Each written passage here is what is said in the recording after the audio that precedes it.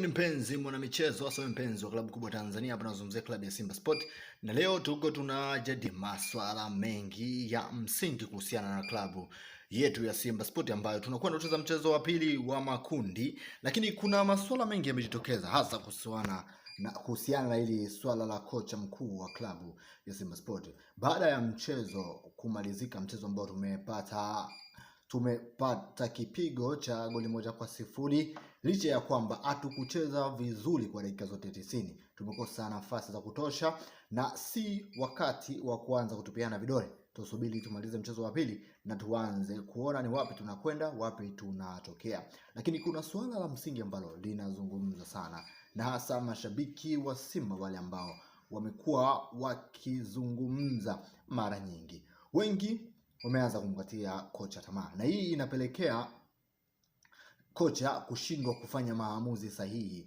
kwa sababu kama mashabiki tumekuwa tunakata tamaa kiasi hiki mapema hivi na tumepoteza mchezo mmoja. Tunajua Simba Sport si mara ya kwanza kupoteza mchezo katika mchezo wa klabu bingwa na kufuzu, lakini kumekuwa na taarifa nyingi kuhusiana na swala la kocha mpya.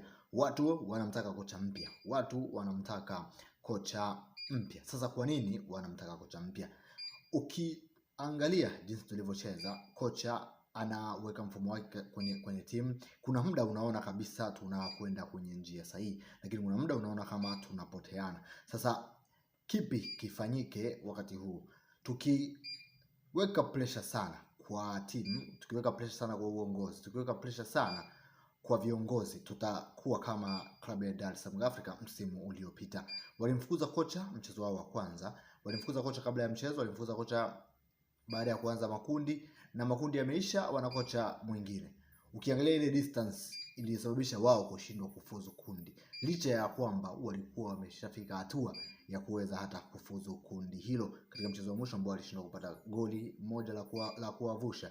Sasa kwa kipindi hiki inabidi tuiache timu itulie, tusubiri tuone ni kwa namna gani timu inakwenda kufuzu hatua ya makundi. Tunajua wachezaji wa Simba wao pia waliumia kama sisi tulivyoumia mashabiki. Sasa usahau kusubscribe mashabiki wa Simba, tukutana wakati mwingine kujadili masuala mengi ya kimichezo kuhusiana na klabu yetu pendwa ya Simba Sport. Asante sana Simba Sport.